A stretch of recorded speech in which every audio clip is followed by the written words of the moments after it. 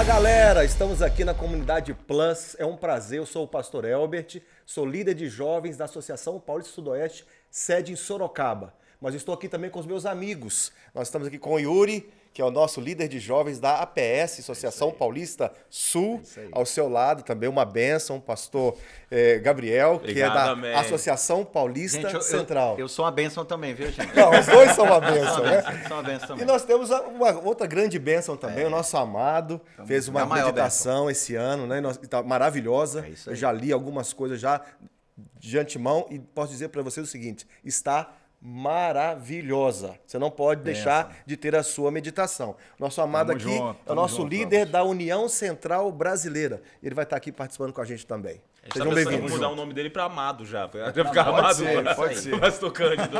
Gente, eu queria falar uma coisa aqui pra vocês.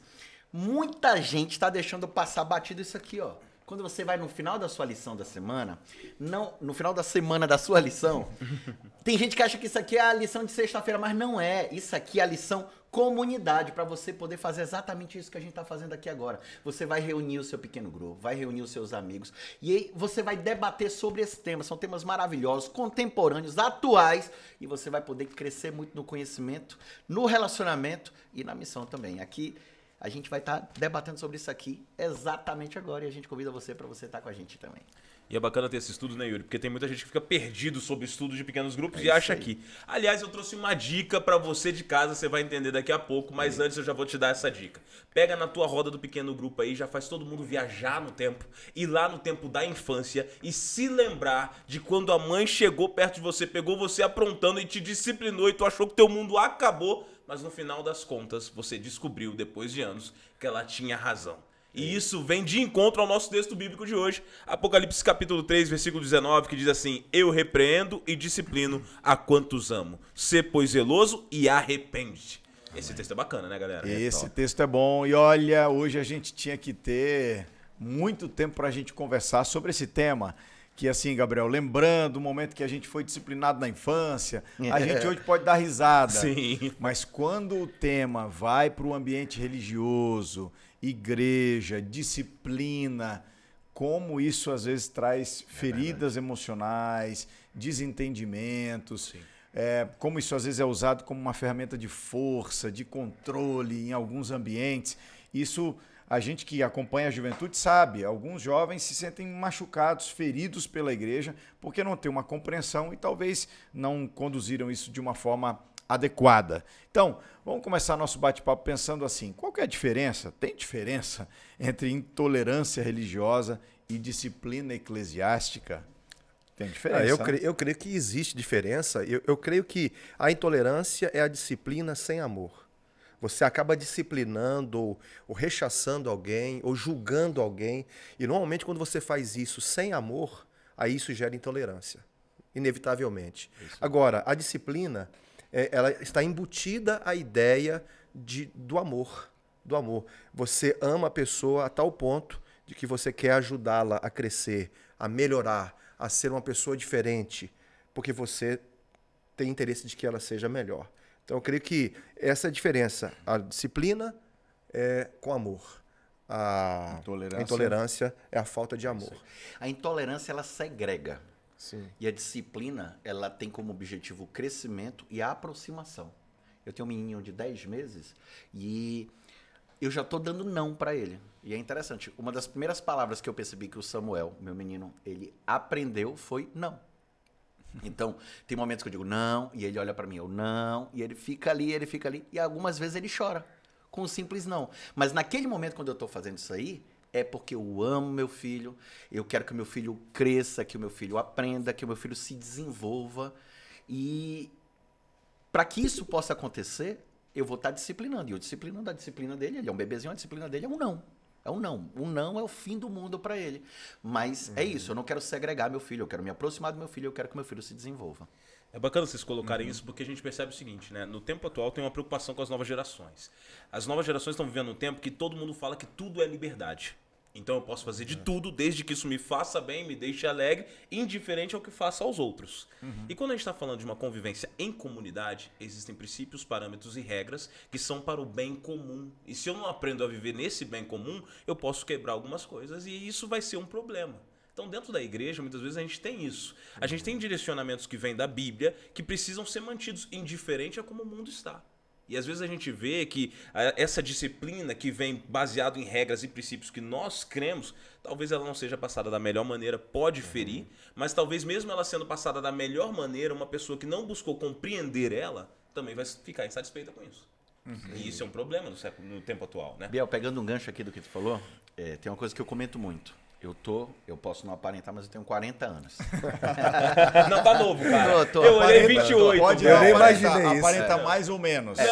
Não filmem de cima, não filmem de cima. Não. Edita aí, põe 35 pra gente, vai lá. E aí o que acontece? Se eu fosse hoje conversar com o Yuri de 30 anos, eu já tinha uma ideia um pouco diferente. Se eu fosse conversar com o Yuri de 20 anos de idade, eu acho que eu ia sentir raiva, eu nem ia conseguir passar muito tempo conversando comigo aos 20 anos, pela quantidade de bobagem que eu ia estar falando. Detalhe, eu já era um estudante de teologia, eu já estava vindo de uma outra faculdade, e eu estava olhando assim, meu Deus, eu ia olhar. E aí, se eu fosse falar com o Yuri de 10 anos, entenda, eu estou voltando de 10 em 10 anos.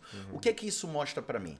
Isso mostra para mim que eu não posso ser parâmetro para mim mesmo. Sim. Pela quantidade de mudanças que eu tive na minha vida. Então, eu sempre vou precisar de algo para dar um norte, para reger a minha vida, para que eu possa olhar e dizer, olha, embora eu tenha mudado alguns paradigmas, existem algumas coisas que são imutáveis, e essas coisas que são imutáveis, elas vão reger a minha vida e vão mostrar para mim o caminho que eu devo seguir. E você já respondeu uma pergunta antes de eu organizá-la aqui na minha mente e propor para vocês, Yuri, porque por que a igreja tem esse capítulo, tem essa parte, tem essa rotina? Por que a igreja realiza disciplina?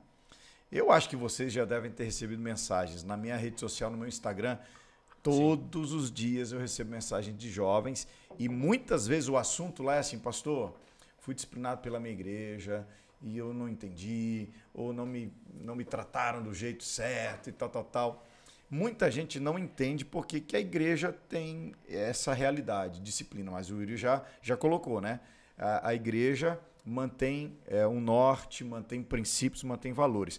Eu acho que é interessante a gente pontuar, além do que o Yuri já colocou, assim, ó, quando a igreja ela realiza uma disciplina, e a gente chama isso disciplina eclesiástica, disciplina da igreja, isso não tem que ver necessariamente com isso não determina a sua relação vertical.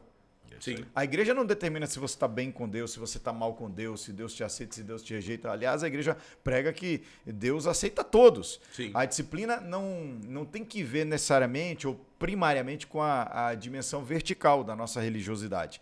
A disciplina eclesiástica tem que ver com a dimensão horizontal. A igreja está sinalizando para a sociedade que seus valores, princípios, normas permanecem os mesmos. Sim. E a igreja está sinalizando também horizontalmente para a sua membresia ou para aquele membro, no caso, que olha, essa conduta ela pode levar você a um caminho que vai trazer prejuízos. O que eu penso, sim, é que a disciplina eclesiástica, pastor Cândido, ela é importante principalmente para a reflexão. Você só consegue amadurecer a partir do momento que você refletir nas questões da vida. E acho que o momento da disciplina é o momento em que a pessoa que está recebendo, no caso, aquela disciplina eclesiástica, ele vai parar para pensar no que a atitude dele pode ter causado para a comunidade onde ele está. Não é? E quando ele percebe, a pessoa que é disciplinada percebe que existe amor na disciplina, então é mais fácil da pessoa compreender e entender e, quem sabe, até amadurecer mais rapidamente. Se a igreja ou a juventude, nós jovens, tivermos a postura de termos uma atitude mais agressiva, né, com o objetivo de realmente castigar a pessoa, isso pode levar mais tempo para que a pessoa possa entender o propósito da disciplina. Isso pode levar anos para que a pessoa possa amadurecer. Pegando o link no que vocês falaram aqui, no que o Cândido falou, A nossa relação com Deus ela não deve ser interferida por essa disciplina. A gente, por outro lado, a gente deve continuar próximo. Eu vejo muitos jovens, cara, chegando e falando o seguinte: me disciplinou, vou me afastar, não vou ficar nos caminhos do Senhor. O fato de que a disciplina tenha sido aplicada, como disse o Elbert, não é para te afastar. Perfeito. Por outro lado, é para te levar para mais perto de Deus.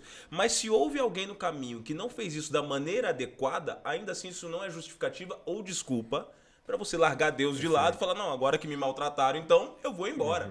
Cristo foi o que foi mais maltratado de todos e não foi embora, né? E se a gente for olhar a Bíblia aqui, a gente vai perceber o seguinte: entre os próprios apóstolos, houve umas conversas mais duras. Eu me lembro aqui da situação de Pedro lá junto com os gentios, de repente Pedro se afasta, Paulo chega e Paulo, meu amigo, não passava a mão na cabeça de ninguém, né? Paulo desce, como diz lá na minha terra, lá no Rio de Janeiro, Paulo desceu a madeira no Pedro, falou: amigo, o que é isso? Você não tem que andar mais próximo deles também, porque eles são cristãos? Então as disciplinas são para realmente te atrair, e seja qual for o tratamento que você recebeu, não é desculpa para você se afastar do Senhor. Perfeito. E aí na disciplina você também tem uma oportunidade incrível. E a gente não está tentando romantizar aqui a disciplina, mas também de praticar a tua humildade. Sim. Porque muitas vezes a gente está muito altivo e a gente se coloca numa posição de irrepreensível, e na verdade todos nós somos repreensíveis. Então, naquele momento, você fez algo que causou um mal ao corpo. A gente tem que lembrar que a comunidade ela é um corpo. Então, você é um membro que fez mal ao corpo. A tua ação, ela não reverberou simplesmente em você. Muitos dos nossos atos, eles vão reverberar na eternidade. Então, naquele momento, você está passando por esse período, e também é um ótimo momento para você, na humildade, parar, refletir e aí você crescer. Você crescer no Senhor, crescer, amadurecer e entender: realmente eu vacilei, aquilo que eu fiz trouxe um problema para a minha comunidade e é desse jeito mesmo. Olha, todos nós 4 aqui fomos pastores de igrejas locais. Sim. Por 9 anos eu tive esse privilégio de ser pastor de igreja local.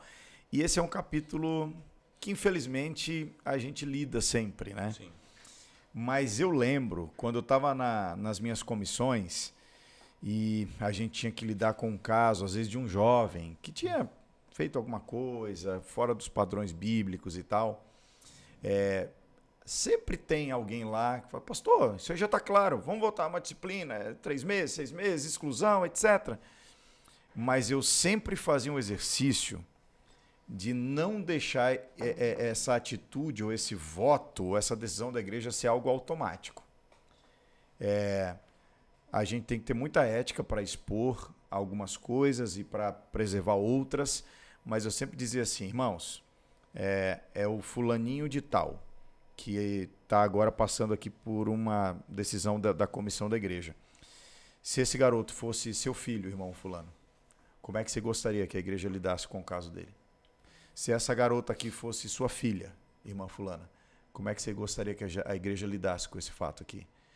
Eu, às vezes, falava assim: nós não vamos votar nenhuma disciplina enquanto a gente não começar a chorar. Disciplina não é punição. Não. É isso aí. Disciplina tem como objetivo a salvação. Então, eu quero que a igreja tenha esse sentimento de amor cada vez que um erro meu for considerado, for analisado e tal. Mas eu sei que nem sempre... talvez há essa sensibilidade em todas as comissões e tal. O que a gente tem que fazer em relação a isso? Eu acho que aqui já foi colocado, né? A gente tem que ter humildade, a gente tem que entender que isso é para a gente ter uma nova decisão, uma nova posição no mundo espiritual e tal. Então, como é que a gente pode ajudar, por exemplo, um jovem, alguém que foi disciplinado, foi excluído da igreja ou do livro de membros da igreja? O que a gente pode fazer? Eu creio, Cândido, que a primeira coisa que a gente tem que entender é que uma pessoa, quando ela passa por um momento de disciplina eclesiástica, ela se sentir envergonhada, né? Normalmente as pessoas se sentem envergonhadas, têm a tendência de se afastar. Então, eu acho que o mais importante do que o que acontece naquele momento, quando se disciplina alguém, é o que acontece depois da disciplina. Não é? É aquele cuidado de ter um tratamento ainda melhor em relação à pessoa disciplinada. Se ela recebeu algumas visitas, que agora ela seja mais visitada ainda. Não é? Se ela está se sentindo mal e envergonhada por algum motivo, que a gente vá lá para fortalecer. Então, eu acho que é muito importante que ela saiba que o pecado que ela cometeu, ou o ato falho, não a afastará das pessoas. Porque as pessoas que estão na igreja, elas estão ali porque elas amam as pessoas que estão ali. Sim. Né? Mais do que amar a igreja, ela ama as pessoas. Isso. Então, a pior coisa que existe no mundo é quando você se sente rejeitado pelas pessoas. O sentimento de rejeição é muito ruim. É isso não é? Então, quando você demonstra para a pessoa, através de atitudes, de que ela realmente é importante para a comunidade, isso vai fazer muita diferença. E também adicionando, eu já falei que tem que ter humildade para o disciplinado, mas também tem que ter humildade para as pessoas que fazem parte da liderança Sim. e que fazem parte da comunidade, quando tem alguém disciplinado. Eu sou 17 anos mais velho do que o meu irmão mais novo, o Antônio.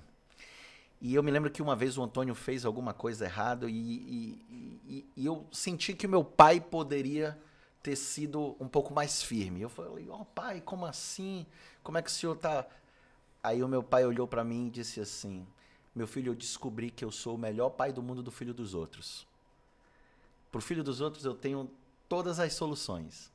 Então, eu entendo, sinceramente, e aquilo ficou muito na minha cabeça. E hoje eu tenho meu filho e eu já descobri que eu sou o melhor pai do mundo o filho de todo mundo. Eu tenho solução para os filhos dos outros e muitas vezes eu não tenho solução para os meus. Quando a gente tem esse tipo de pensamento e de olhar para uma pessoa e entender que muitas vezes essa pessoa está sentindo exatamente desse jeito, mas a gente acha que a gente está cheio de soluções simples para problemas complexos e a gente entender que muitas vezes a gente não tem essas soluções. E a solução que a gente tem muitas vezes é chegar do lado da pessoa e dizer, eu tô aqui, eu tô contigo, eu tô do teu lado. Eu não tenho, eu posso não ter a melhor solução, eu posso não ter as melhores palavras nesse momento, mas eu tô do teu lado. Perfeito. Eu tô do teu lado para que a pessoa continue se sentindo pertencente. E aí você vai lá e tem essa humildade de reconhecer que você pode não ter toda a fonte de sabedoria para aquele momento, mas a tua presença vai fazer muita diferença. Bem colocado isso aí, que o seguinte, só olhando de um outro lado, coisa rápida, pessoal, que eu fico pensando o seguinte, muitas pessoas se afastam por isso, mas quando a gente fala de disciplina, se tem alguém que está ouvindo a gente que foi disciplinado, lembre-se, seu pecado não te define. Os seres humanos são divididos entre pessoas que têm pecados invisíveis e outros que têm pecados visíveis, mas todos são pecadores. O fato de que você foi disciplinado não quer dizer que Cristo não te ama, não quer você de volta, não quer você na comunidade como vocês colocaram. O acolhimento pode acontecer ou pode não acontecer, mas a graça te alcança de qualquer jeito. Então você continua no caminho com Cristo e lembre-se que mesmo fui disciplinado, amigo, tranquilo, Deus já te perdoou e a Bíblia diz que Ele lança teus pecados no fundo do mar e jamais se lembra deles. Volta para Cristo e continua a tua caminhada. É um recomeço, como é o recomeço de todos os cristãos, todos os dias. É isso aí. Ninguém é igual ao seu pior momento. Exatamente. É isso aí. Recomece. Obrigado, pastor Gabriel, por essa palavra especial. Amém. Pastor Yuri, e aí? Tem alguma dica para o nosso povo? Eu tenho uma dica especialíssima para você poder, quem sabe também em um outro momento, reunir o seu pequeno grupo. E ali, porque pequeno grupo é comunidade. Sim. E ali vocês podem assistir, quem sabe num sábado à noite, vocês podem reunir todo mundo, comer aquela pizza e assistir o filme Em Defesa de Cristo. Maravilhoso. Um filmaço, principalmente para aquele seu amigo, de repente, que ele está com algumas dúvidas acerca de Deus. É um filmaço. O livro é muito bom, mas o filme é contando não o que tem no livro. Assista, não vou dar spoiler. Em Defesa de Cristo. Não solta mais do nada. Lee Strobel. Pronto, acabou. Show. Não posso falar mais nada. Eu já assisti também, é muito Assista. bom o filme. É muito bom. E falando de filme, galera que tá em casa, você sabe, cristão não bebe, não fume, graças a Deus por isso, mas come. Tem que ter comida na tua confraternização. Então faz o seguinte, divide entre teus amigos, faz uma listinha, pode ser uma pipoca com suco, pode ser um pastel, pode ser um cachorro quente, pode ser um bolo. Divide entre todo mundo a lista, junta todo mundo e coloca a comida na mesa, que aí vai ter muitos momentos bons. Porque quando Deus dá um novo coração, vem junto um novo estômago. Um novo estômago, é isso aí, amigo. É isso aí. Então no próximo PG, já capricha no lanche, chama o pessoal que vai ser bom demais. Vamos fazer uma oração para a gente terminar esse momento especial? Foi bom, hein? Foi bom. E passa voando. Mas semana que vem tem mais. Rápido. Vamos orar? Querido Deus, obrigado por mais uma vez a gente se reunir para estudar a Tua Palavra, abrir o nosso coração, compartilhar nossas histórias. Muito obrigado, porque a gente sabe que o Senhor está no comando de tudo da nossa vida. Abençoa cada um dos que participaram dessa discussão, aqui no estúdio e também nos lares, onde quer que um líder, alguém entrou em contato com este conteúdo, Pai. E conduze a Tua igreja. É o que nós pedimos em nome de Jesus. Amém. Amém.